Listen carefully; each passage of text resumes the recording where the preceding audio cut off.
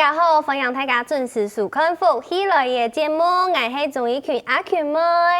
阿群妹我知道后，啲台北嘅朋友真嘅係都有福喜，因為講咯，因為啲台北你行到哪去到哪，可能就有同群就得欣賞到藝文表演嘅地方哦，就像你啲台北這個汀州路公館入邊嘅客家文化園區，這邊除咗有到很漂亮的大草皮，還有很漂亮的步道，做得去這邊行聊聊野餐以外，其實啊還有到同精彩藝文發通嘅演出咯。今日就來看一套影片，也就係你聽愛手機嘅團體表演嘅影片咯。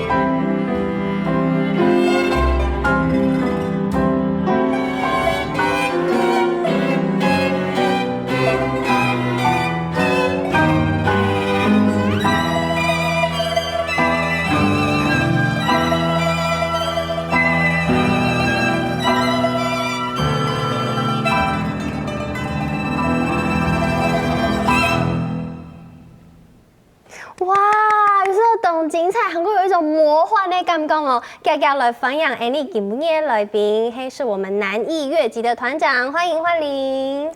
各位观众朋友，大家好，我是林焕玲。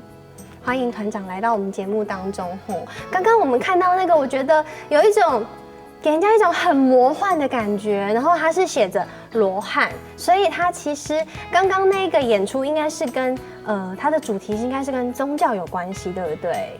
可以这么说。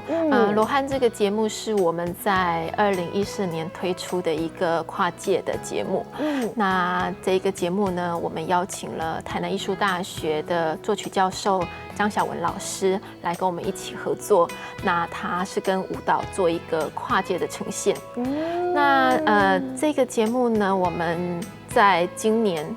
就是2016年参加了这个文化部的爱丁堡1岁节的一个节目甄选，获得了备取。那虽然没有机会可以到英国去演出，但是有入选也是一种肯定。那这个节目呢，就像主持人刚刚提到的，它其实带有一点宗教的意味。但是其实对我自己个人而言呢，就是佛教这样子的一个文化。我会把它比较看成是哲学的一个范畴。那当初呢，选择就是以这个佛教故事里面的6个罗汉的故事，来作为这个音乐创作的发想。对，怎么会想要用罗汉来当发想呢？因为其实里面的乐器我看到很多，要用罗汉这个就是佛教的宗教里面的罗汉来跟里面有管弦乐还有国乐器来做结合，我觉得还蛮好奇的。当初跟作曲老师在讨论说，我们要怎么样子来把这个人物的故事转换成音乐，那也经过了很多的沟通。那主要是把这个人物的性格跟特色，以及我们希望去传达给观众这个人物要给我们后人的启发，这一个特色呢，然后转化成音乐去呈现出来。刚刚各位观众朋友看到吗？就会笛度有很多很特别的乐器，像我认识的，在里面我有看到的国乐器是有琵琶跟笙就是那个有点像这个形状的，然后这样子吹的那个乐器，而且它的声音很特别。对，笙又被称作是就是中国的这个管风琴，它同时一次可以演奏出很多的声音，所以它在整个演奏的效果上面非常的好，而且很特别的就是笙这个乐器，它跟西洋乐器的融合度很高，莫名的搭哎！我刚刚听到笙的声音出来，喊勾提琴的声音又出来，我没有想到就是中西的乐器可以这么的融合的这么的完美。是，那这个也是我们第一次把这个西洋古典乐跟国乐器做一个跨界的创作的结合。而且很多我不知道是吹奏的方法还是拉的方式，我觉得都有给它就是有那种宗教的神秘感。我刚刚听到一个很高音量的“的声音，那个是有笛子还是什么吗？那其实是弦乐器的一种特殊的奏法，我们叫做泛音。泛音，所以就佛教也有泛音，所以是那样子的概念吗？作曲老师其实是应该就是像主持人说的，想要呈现一种比较神秘的感觉，所以在弦乐器其实这样子一个演奏技巧其实还蛮常见的。哇，所以用这样子的方式，我们透过影就都在本太嘎有那种宗教的神秘感，然后告诉大家罗汉的故事。是，对，所以其实我很好奇南艺乐集这个乐团的创立，先来从名字开始讲好了，为什么叫做南艺？一开始南艺乐集呢，是组成的成员呢，大部分都是台南艺术大学的校友，那所以就想要选择一个跟学校名字很接近，对，有译音的这样子的一个名字。对，那一方面在选择用字上面呢，是希望说我们可以为南方的表演艺术界注入一个新的火光、新的活力，所以用了这个“艺”这个字。“艺”这个字它本身是就是火光、亮光的意思，所以就取名叫做对闪烁的感觉。对，所以叫做南艺乐集。那当初在创立的时候啊，南艺乐集毕竟是从南艺大部分成员都是南艺大的。那有没有特别比如说是国乐系的还是管乐系的，有这样子的分别吗？其实一开始呢，我们是以西洋古典乐为主，也就是音乐系毕业的学生去组成的。那大家应该都会知道说，我们台南艺术大学有另外一个国乐系。也非常的优秀，是。那所以，因为在学校当时也认识了很多国乐系的学弟妹或者是同学，对。那所以像刚刚在罗汉里面看到2位非常优秀的演奏家，笙跟琵琶的演奏家也都是当时国乐系毕业的的校友这样。哇，所以其实乐团的定位是从西洋乐，然后开始渐渐的再融合很多不同的元素进去。是，那从起初到现在有没有什么不一样？从一开始，其实我们在2010年正式登记立案之前，我们就一直陆陆续续有一些比较小型的音乐会。那2010年之后立案之后呢，我们开始制作尝试一些跨界的节目，然后比较往剧场的方向发展。哇，虽然是2010年伊朗年张开始的乐团，不过其实其他的创作能力，我觉得非常的强大，而且刚刚还有讲到跨界的发展，像爱迪生很用的跨界的演出呢，先休息一下，等下再跟同大家来分享哦。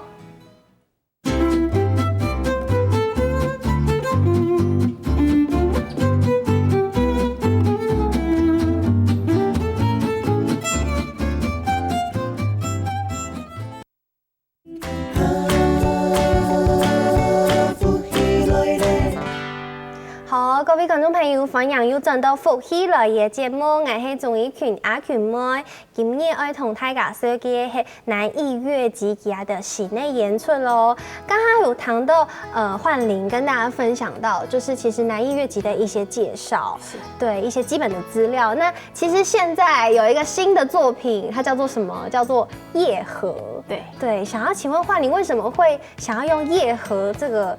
名字？其實它是一個花。那我們常常說，你北部客家人看桐花，南部客家人就看夜河。那怎麼會特別想要選夜河來當做這次的主題呢？在今年的這個客家展演系列節目發想的時候呢，一開始就設定希望以女性這樣子的一個主題來作為企劃的這個主要的概念。那所以呢，集結了各個領域優秀的這個客家女性藝術家的作品，一起來做一個跨界的展演。那曾貴海老師呢有一首詩，它的名字就叫做《夜河》。那他在這首詩裡面就用這樣一種花朵來作為這個客家女性的象徵。所以我們就借了這樣子的一個名字來作為這一次節目的名稱。那透過這樣子的這個名稱呢，來呈現告訴觀眾這一次節目的一個主要的精神跟概念。但是我很好奇哦，可能很多觀眾朋友，包括阿權妹、我沒有看過《夜河》這首詩。那我可以請團長跟大家分享一下，夜河跟女性我們有什麼樣的關聯嗎？在這首詩裡面呢，曾貴海老師呢，因為夜河這一種花它很特別，它就是它白天的時候是含苞的，那它到晚上的時候呢，才會去散發出比較濃郁的香味。那這個感覺就很像客家女性，她比較傳統客家女性，因為白天的時候都是需要外出工作，或者是夏天耕種，所以她會把自己用很多的衣物包起來。然後到晚上呢，他卸下了這些生活的重擔呢，他才真正去散發出他自己個人的情感，比較能夠去得到一個抒發，所以才會用這樣子一種花來象徵，就是客家的女性。還有我在海報上面看到有一段文字，叫做一場女性藝術家的跨界對話，在藝術的房間裡超越原型。那這個所謂的跨界，我覺得藝術可以有很多跨界的結合，而且都會有很多不同的火花。那這一次的跨界是有哪幾個藝術的領域的結合呢？在這一次的節目裡面，主要有3個大的元素，就是音樂，然後畫作以及文學。那我們在節目的呈現的時候呢，會有音樂跟這個視覺影像去同時的做演出。所以是一邊有演奏樂器的演奏，然後一邊是有投影的方式。是。哇，所以大家不只是有聽覺的饗宴，唔單槍做對糖豆嗓音，其實你目睭沒看得到畫面，因為其實有時候我覺得大家對音樂的敏感度不一樣，有時候我們聽到這個音樂，可能腦袋裡面會有一個意象，那可能別的觀眾聽起來又是有不一樣的意象，那我們透過給他一個具體的畫作，給他一個具體的影像，所以是不是讓他會產生更應該說更能理解南艺乐集想要告诉大家什么？对，因为一般来说的人类的眼睛呢，它是第一个去感官这个外界事物的第一个感官。那所以呢，用视觉去辅助这个听觉，就是可以带给观众用不同的感官去同时的去了解一个作品。相信这样子的方式可以更深刻的去传达这个作品真正要表达的精神。然后刚刚有提到啊，这次的主题是夜河，而且主视觉也是美丽的夜河。对，那这个主视觉是请哪一位画家来合作的？这次的主视觉邀请到一个非常年轻的插画家，那他也是凤山，我们高雄凤山在地的人。那他的名字叫做薛鸟儿。那除了这个主视觉以外，我们在这里看到的另外的3幅图画呢，也会在这一次的其他曲目当中搭配一起来做呈现。哇，所以可能会随着乐曲意境的转换，我们也会看到不同的画面，对不对？是。哇，所以刚刚提到的夜河，它其实也是序曲，也是第一首歌曲。对，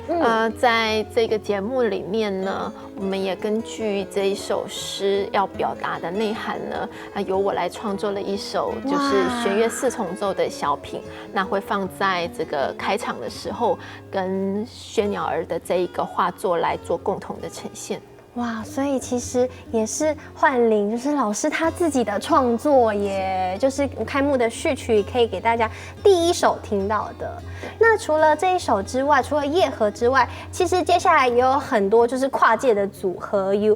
土安，有样兄、同嗓音，还有诗，就是这跨界的组合。那比如说，像是我知道有一个是客家很有名的画家是黎兰，对，这个女性画家，吉妹黑南部，吉妹黑客家人，所以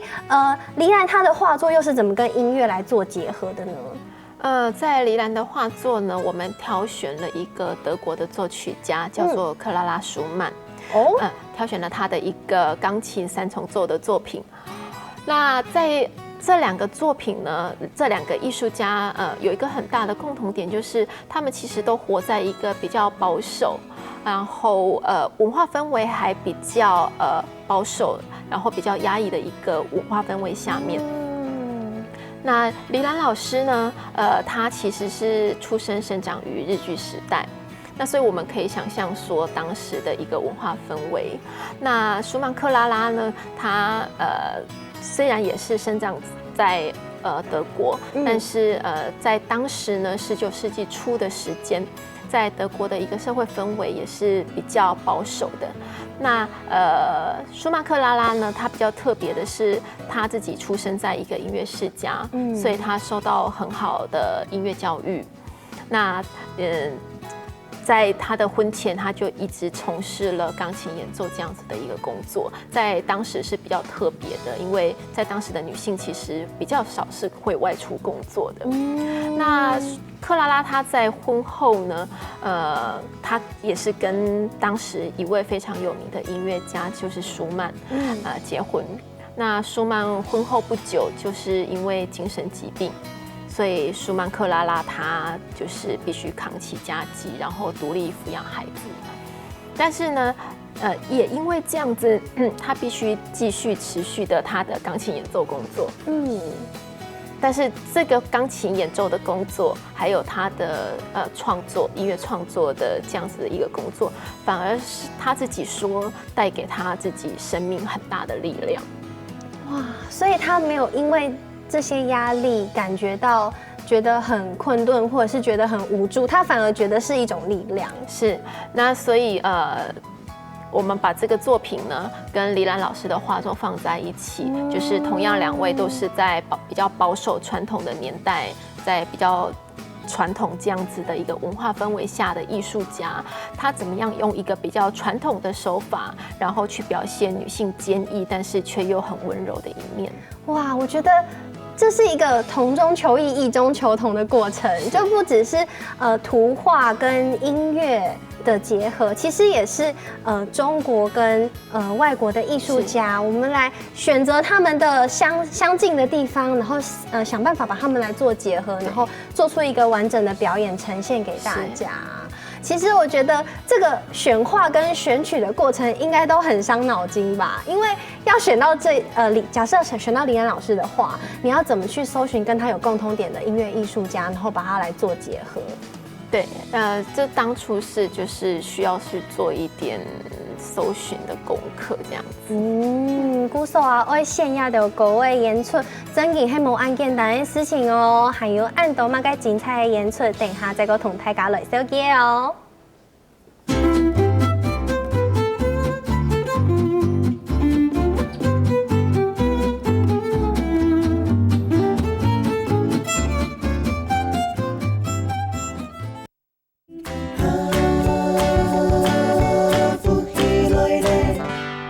好，分享轉到福喜來嘅節目，我係綜藝群阿權妹，今日同大家紹介係南藝樂節輕型嘅演出，韓國係同客家元素來做結合嘅哦。剛才有談到，唔但槍結合客家的元素，韓國 anime 把很多女性的優秀的藝術家的作品也融入了進來，而且它做了一個很完整的跨界，它包含了文學、還有繪畫、還有音樂。我們剛剛講了繪畫跟音樂的結合，那文學去了哪裡呢？在文學的部分呢，我們把它放在這一場節目的壓軸。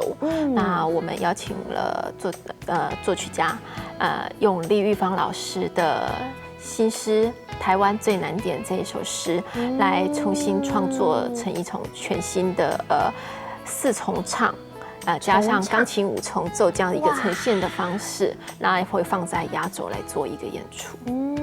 是不是？其實除了李玉芳老師的詩詞以外，還有一個是徐志摩的《闊的海》。對，在《闊的海》這一首作品呢，其實是蘇凡林老師的一個創作。那他以這個徐志摩的這一首詩來作為一個發想，創作的一首音樂。那在這一個《闊的海》的節目的共同呈現呢，也就是薛鳥兒這個插畫家，他會同時用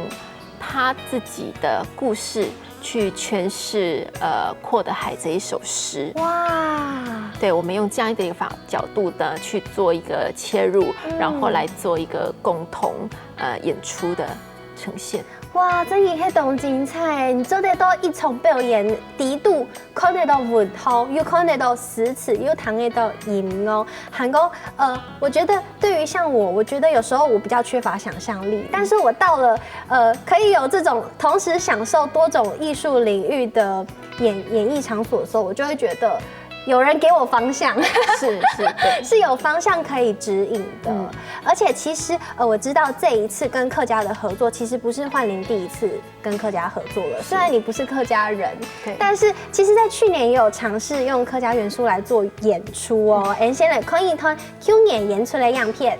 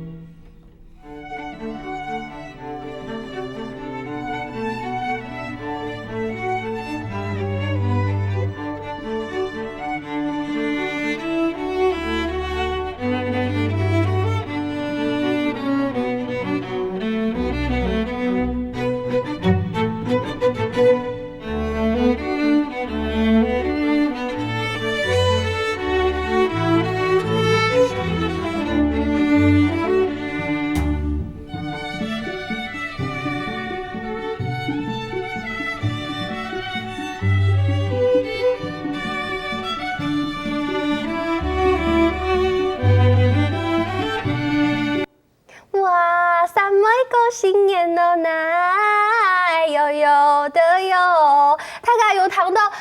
都冇 Q 用的失恋歌么？刚才就会南艺乐集 Q 年 T100尝试跟客家元素结合也演出了哦，所以我现在想要请焕玲来跟大家介绍一下，去年这个原乡这一次的展演跟客家是做怎么样的结合？去年的原乡这个节目呢，是用钟离和老师的一篇短篇小说，叫做《原乡人》，来把它改编成我们刚刚在影片上看到的这样子一个跨界的曲目。这个改编是老师的想法吗？对。怎么会想要跟客家的文学来做结合呢？因为我自己本身不是客家人，所以对我来说，我了解客家文化的管道，除了透过身边的一些客家朋友他们的故事以外呢，就是从文学上面去做一个切入。那所以在这一次的这个原乡的这个节目里面呢，我就是选择了钟离和老师的这个作品。那在这个作品里面比较特别的是，我觉得他要表达的是就是人类对于寻找就是寻根这样子的一个欲望跟精神。那我觉得这样的精神呢，不止在客家文化当中，也在其实是一个全人类共同的一个情感跟记忆。所以希望可以用这样子的一个方式呢，让更多不是客家人的观众朋友呢，有一个切入点，可以去了解客家文化。借由寻根，所有人都要寻根找自己的根源，所以我们可以更了解客家人的文化。那其实刚刚有听到有我们很熟悉的民谣《死恋狗》，那这个又是怎么样在去年的演出展演出来的呢？在去年的演出呢，上半场就是原乡的这个改编的跨界曲目。那另外在下半场的时候呢，我们总共改编了8首的客家民谣给用弦乐团，就是我们刚刚看见这样一个编制来做演出。对，那我想问一下焕玲，就是你身为一个专业的演奏家跟作曲家，你觉得对于这样子对于客家不熟悉的，因为你不是客家人，对客家不熟悉，那你要去创作一个曲目，然后再把它演出，你觉得有什么样的困难或者是心得？好了。对于去创作一个属于客家的这样子的一个曲目，其实对我们来讲并不是一个太困难的事情。主要就是了解这个音乐的特色，因为不同的文化里面的音乐，它总是可以去抓到这个音乐的这个精髓的部分。那我觉得会比较困难的是，怎么样可以让不同族群的观众可以在这个音乐里面去寻找到共鸣。而且我听说，其实你们也有到钟离和的故居，到钟离和老师的故居去演出。是。那因为老师你自己有读过钟离和老师的那一篇文章，那你在到故居演出之后，而且命名也是跟原乡人很接近，叫做原乡。你自己在故居演出有什么样的感觉？应该会很感动吧？我觉得。去年的演出的确是一个还蛮特别的经历，因为刚好还遇到了钟离和老师的100岁生日。那所以在故居呢有举办了一连串的活动。那很多的观众朋友是反映，就是他们觉得很特别，因为都是第一次听到西洋古典乐器去演奏这个客家的民谣。没错，所以应该是很感动，而且可以让更多观众朋友了解，其实客家的民谣，传统的民谣，不管是哪一个族群都一样，传统民谣不只是传统的样子，它其实可以有很新的样貌，甚至是不同跨界的结合。就像这一次，去年的音乐跟文学来做结合，那这一次就是文学，还有我们的绘画，还有音乐3个领域的结合。对，那我们是不是来再跟大家好好来宣传一下夜和这一次女性的艺术飨宴后，它的演出的时间是什么时候？我们的节目在8月27跟8月28登场。好，大家要记得咯，在台北市客家戏剧中心，就是我刚刚讲到可以去野餐、可以去户外走走的地方。还有大家要记得，如果说这一场我们要买票的话，要去哪里买票呢？那这次节目的售票透过两厅院售票系统，那可以在他们的官网上面直接订票，或者是到便利商店购票也可以。好，大家听众要记得咯，有限的时间记得要去看一场懂精彩的跨界演出哦。谢谢焕玲今天来到节目现场，谢谢。每什么各位观众朋友的收看，先休息一下，等下欣赏好好来做运动哦。